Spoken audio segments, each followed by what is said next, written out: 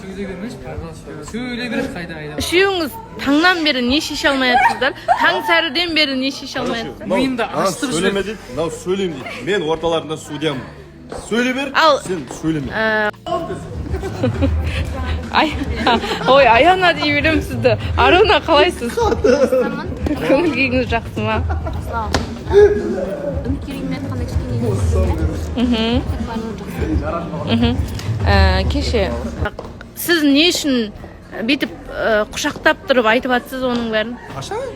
Мына жақта 96 көз тұр ғой, екеуден есептегенде. Жететін шығар дейді. Жексұрын қылып бітірдіңіз ғой бүкіл Қазақстанды. Жақсы, онда дайын видеоларды көріп. 30 секунд қалды. Неге сізді құшақтап жүр?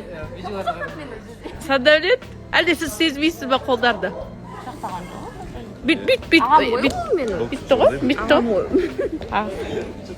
Бетіңізді жауа бермеңізші құдай. Сізден сұрадым ба, білмеймін. Егер біреуге, бір жігітке сезіміңіз ашылып жатса, мойындайсыз ба? Иә. Айта аласыз. Өзімнің сезімімді бүйтіп жеткізе алуға негізі қауқарлы адаммын ғой. Айта беремін бірақ өзім ешқашан өйтіп сезім білдіріп көрген адам емеспін. Сезім шығу, айту деген нәрсе, жақсы көремін деген нәрсе кішкене қиындау. Мен алдында айттым ғой, мен жүрегімді ақылыма жеңдіре саламын. Қайырлы кеш, қалдарыңыз қалай?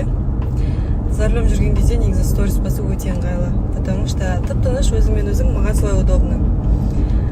Қазір шықтым, Ұланның жұмысына картинка заказ бергенбіз, сол картинканы алып кетуге бара жатырмын. Потом Ұланның жұмысына алып барып ол картинканы ілеміз. Мүмкін білетін адам келеді. Негізі бүгін ужин жасаймын. Біздің проблемамыз не істейміз бүгін? Қандай ужин істейміз? Сол давно ішпеген фаршированный перец голубцы деп айтады бізде. Соны жасайтын сияқтымын. Фарш табу керек жақсы қазір.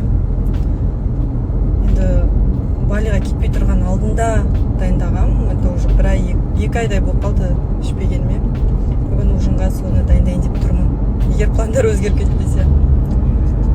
Сол, потом жаңалықтардан қазір келесі стористе айтайын.